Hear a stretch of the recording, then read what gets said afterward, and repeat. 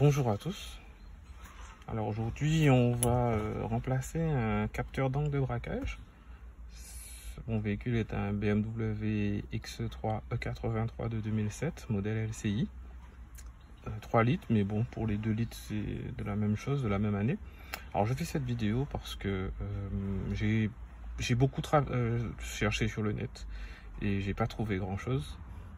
J'ai trouvé des tutos et des vidéos qui m'ont même induit en erreur parce que c'est un X3 par un X5, c'est pas du tout la même chose. Donc c'est un travail qui est assez précis quand même à faire, mais pas très compliqué, mais très précis.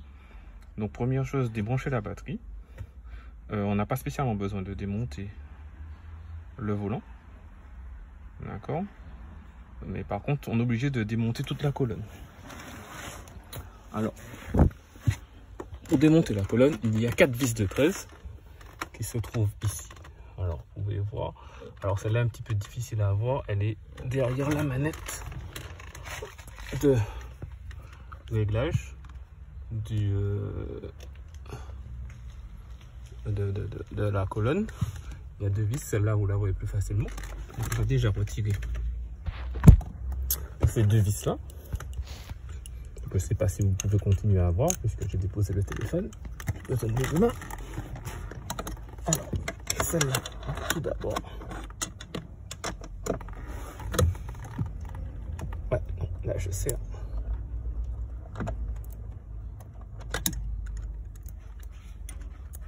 Bien sûr.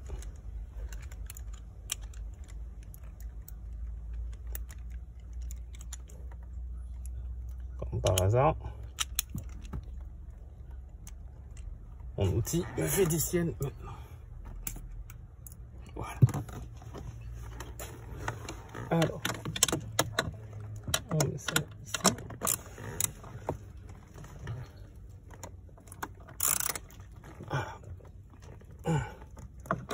Voilà. Alors, on fait ça.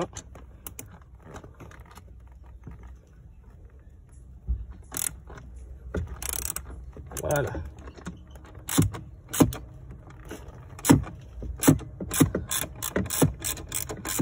Et la colonne commence déjà à descendre. Ok. Ensuite, il y a 2 autres vis un peu plus bas de 13.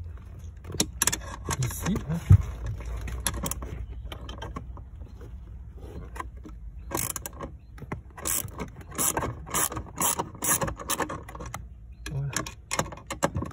Je commence déjà par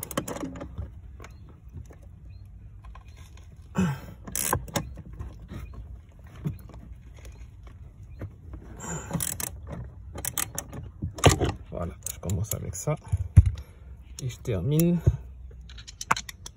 avec le tournevis. Alors ça c'est le côté intérieur.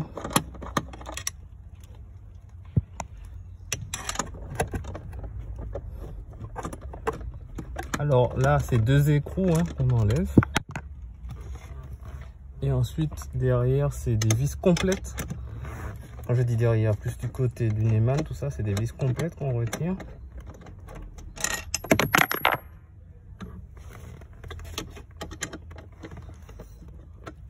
Et attention, là, la colonne risque de descendre. Donc, je maintiens ma tête.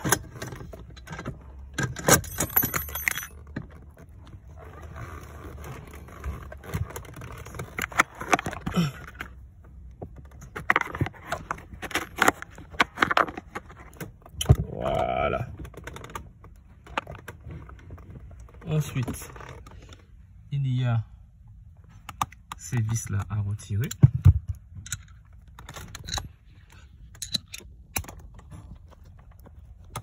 Ces vis là.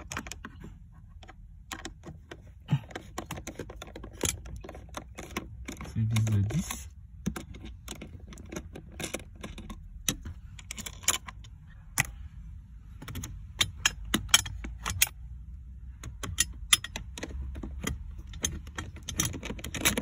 Alors ça c'est pour maintenir le joint entre l'intérieur et l'extérieur du véhicule, au niveau du tablier.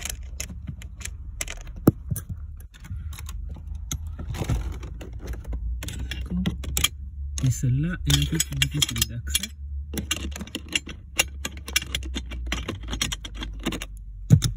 Je crois que... Voilà.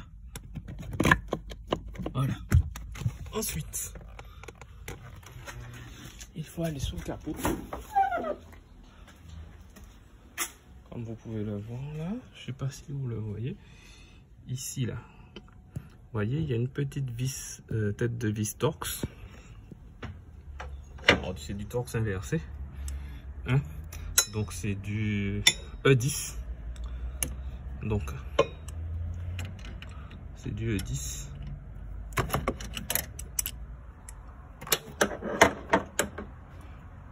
C'est du E10, c'est bien ça.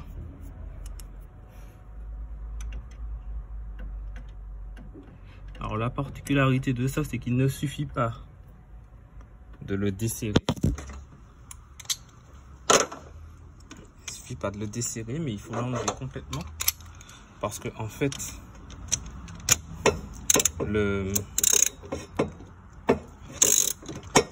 seulement en fait cette vis permet le serrage, mais comment dirais-je, elle rentre également dans le cardan, donc il faut l'enlever totalement, sinon le cardan ne sortira pas. Et là, voilà, ici là, voilà. Pour me faciliter la vie, je vais retirer ça. Parce que là c'est un peu chaud. Ouais, voilà, c'est un peu chaud, mais ça va. Voilà. Voilà la vis en question, c'est du E10. Et une fois fait, alors vous avez pu le constater, je ne l'ai pas dit, mais j'ai retiré tous les caches qu'il y a autour du volant et au bas de la voiture. Et donc là, ce qui reste à faire maintenant, c'est tout déconnecter. Tous les câbles qui sont connectés à la voiture, au volant, c'est-à-dire dans tout ce qui concerne les commodos. Il y en a 3. Il y en a un noir, un vert et un blanc. Donc il y a ces noir, vert et blanc. Donc on peut pas se tromper après quand on les remet. Ça c'est l'alimentation générale de commande du Neumann. Ça c'est le contacteur du Neumann. Alors il faut le dégrafer ici pour libérer le câblage. Voilà. Ensuite il y a cette pièce là. Cette petite pièce là. Ouais. Ça là, ce que je tiens là, c'est ce qui permet de verrouiller la clé. Donc il faut pivoter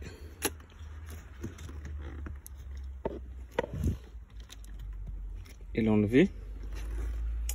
Et ensuite il y a cette petite fiche là aussi noire, je sais pas si vous la voyez, à enlever.